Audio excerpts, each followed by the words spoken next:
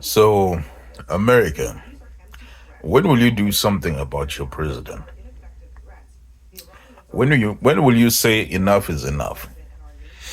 When will you quit making excuses for him? When will you do the right thing and relieve him of this very important position? Because I don't think any other president in world history has had the disrespect for the leadership position as Trump has. Trump is so disrespectful of the chair that he holds that it's he has no peer in terms of spitting on the chair. Why is he like that? I don't remember him being. I think he's degrading mentally because I've watched him talk in interviews for years. Like 10 years ago, 20 years ago, he was not like this. He was always a bombastic and hyperbolic person, but not to this level because he seems to be unhinged. And people are making excuses and saying that no, this is his style of negotiating. He's creating leverage. He's making fear. He's building suspense. He's a reality person. And they're not putting into the equation the fact that Mother Nature has done a number on his brain. The man is aging. Everyone has that grandfather who is unfiltered. Everyone has that aging uncle who just blurts some rude statement in front of everyone. We are seeing this happen on the world stage, and it should be embarrassing for Americans. Are Americans embarrassed by this?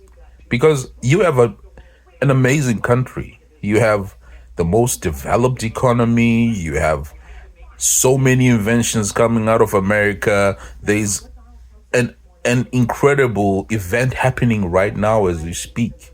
The Artibus is going to the moon. I think they're on the way back actually. And no other country is capable of that. So you're an exceptional country. You deserve an exceptional leader. Not this, I don't even know what you call it. This is so beyond parody.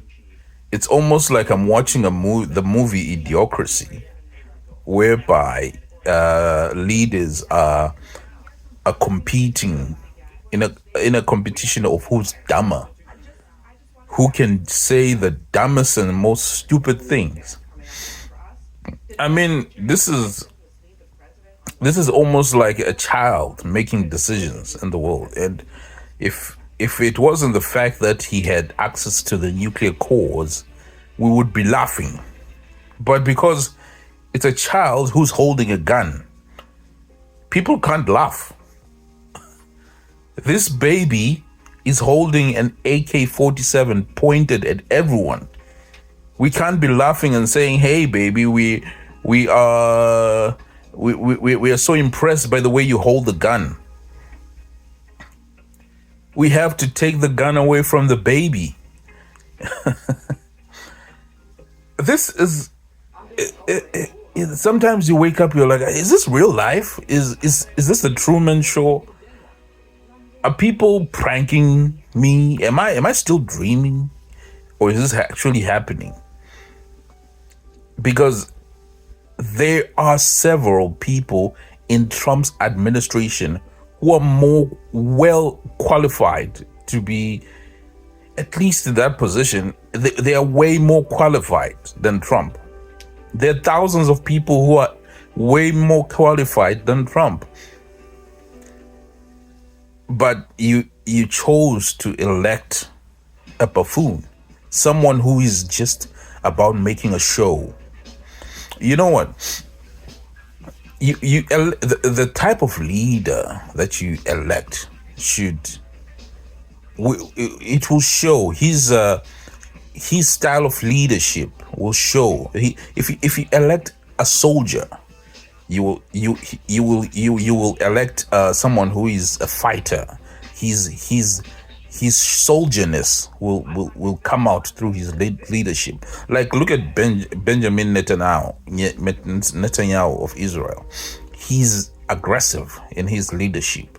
He's always bombing countries because he's a soldier. If you elect an accountant, you will see the style of leadership being financial. You will see that the person is very transactional, and this person is all about the numbers. If you and so on and so on. If you elect a scientist, a builder, you see in China they have a lot of engineers in their leadership class, and it shows with how the country is developing, because the country is elected builders, engineers. So the leadership style is going in that direction. Now, America, the powerhouse it is, decided to elect a show host. Granted, Trump is a builder, actually, but the building is overpowered by the fact that he values the show, the showmanship or aspect of his nature more than the builder part of his nature. The guy is a showman. He's a TV host. He loves the attention. So anything that brings the ratings up, he's a fan of. Even if it means nuclear annihilation. Why did you do this to the world, America? Why did you do it? You elected the ultimate Hollywood buffoon as a president. And yikes. All I can say is yikes. Yikes. You know, the collective blood pressure of the world is up because of this person. We are now in unprecedented territory because he has convinced people that he's playing 5D chess, and people seem to believe that. They believe that this guy is always 5 steps ahead of everyone. He's not. He's a fool. This guy tried to put nuking a hurricane as a suggestion when asked about it. He wanted to put sanitizer in people to kill the COVID virus. I think it was what was his suggestion? It was sanitizer. Was it chlorine? Yeah, he was saying that maybe people should inject chlorine into the blood to kill the virus. You know, this is the type of thinking. This is the level of intellect that we have in the White House, and I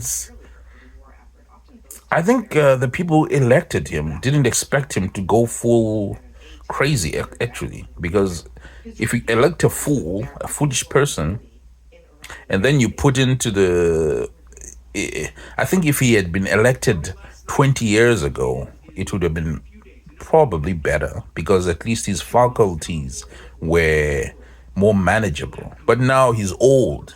He's possibly got dementia. So now we are having a mad leader who has a false sense of himself and is surrounded by yes men. That's another issue. The guy has numerous people telling him, fluffing him up, telling him he's a god, he's amazing, he's the best person, he's the best decision maker. There's no one to anchor him to the ground. Like in the first term, there's no one to tell him, no, you can't do this. This is against international law. Saying this will make the situation worse. It's better to calm down and moderate your words An unhinged approach is not good for your overall vision. So, oh my goodness, I don't know what's gonna happen with this because it's so unstable. It's such an unstable situation. It's such an unhinged way to run the world. You cannot sustain this. So hopefully, it's like we're in a roller coaster which has loose wheels. It's like we're praying we get to the end of this intact, but the wheels are loose. Something could happen. It's like being driven by a drunk person who knows how to drive when he's not drunk. You're hoping that that part of his brain is still there while he's driving this car at 10 at 100 miles an hour. We're just holding on for dear life, and it's 3 years to go. My God. My God.